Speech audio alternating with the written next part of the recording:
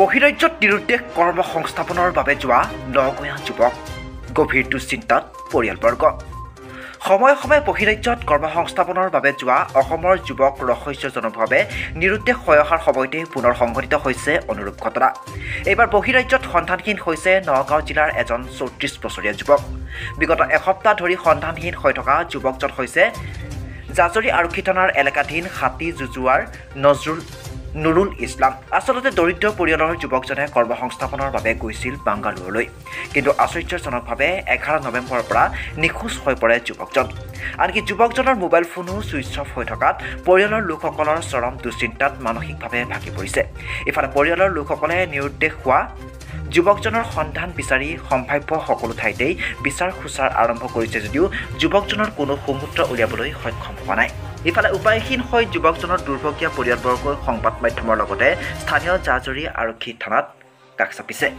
ইফালে কোনো সদাশয় ব্যক্তিয়ে নিৰুদ্দেশ হোৱা যুৱকজনৰ সংকেত পালে তেন্তে ওচৰৰ আৰক্ষী থানা নাইবা 600270 09635 আৰু 6006 00272 নম্বৰত যোগাযোগ কৰিবলৈ অনুৰোধ জনাইছে দুৰ্ভগীয়া পৰিয়ালবৰ্গই। আমাৰ ল'ৰা এই কাম কৰিবলৈ গৈছিল। ক'ত গৈছিলে? গৈছিল ইয়াত বেংগল। নাম কি? নুৰুল ইছলাম। কি হ'ল? এতিয়া তাৰ পৰা ট্ৰেইনৰ পৰা সি নামি গ'ল। এতিয়া ট্ৰেইনখন গুচি গ'ল। এতিয়া সিটো আৰু হাতত বোলে পইচা পাতি নাই। তাৰপিছত এতিয়া পইচা পাতি নাই, ইয়াতে সি ৰখিছে। ৰখি পেলাই কৈছে যে তোমালোকে পইচাকেইটা পঠাই দিয়া, আমি নিবৰ কাৰণে ব্যৱস্থা কৰিম। এতিয়া তাক পাইছে নাই? এনেকে ফোনত পাইছে নাই? নাই, ফোনত পোৱা নাই। মোবাইলটো আৰু ছুইচ অফ। সি মাত দিব আৰু নোৱাৰিলে।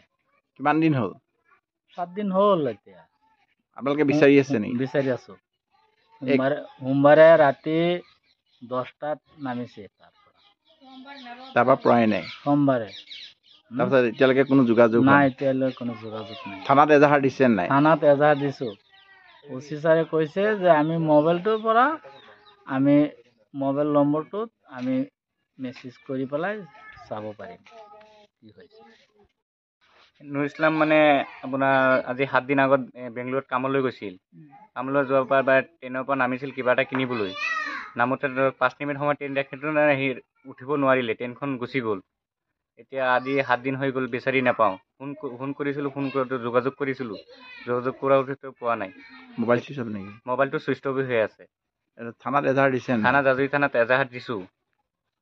এতিয়া সিহঁতে কৈছে যেন এটা মিছ কৰিবলৈ যদি এইটো মানে আমাৰ এইটো নুৰুল ইছলামক যদি পায়, আমাৰ এটা কণ্টেক্ট নম্বৰ দিয়া থাকিব। কণ্টেক্ট নম্বৰত যোগাযোগ কৰিব। আপোনালোকক অনুৰোধ জনাইছোঁ।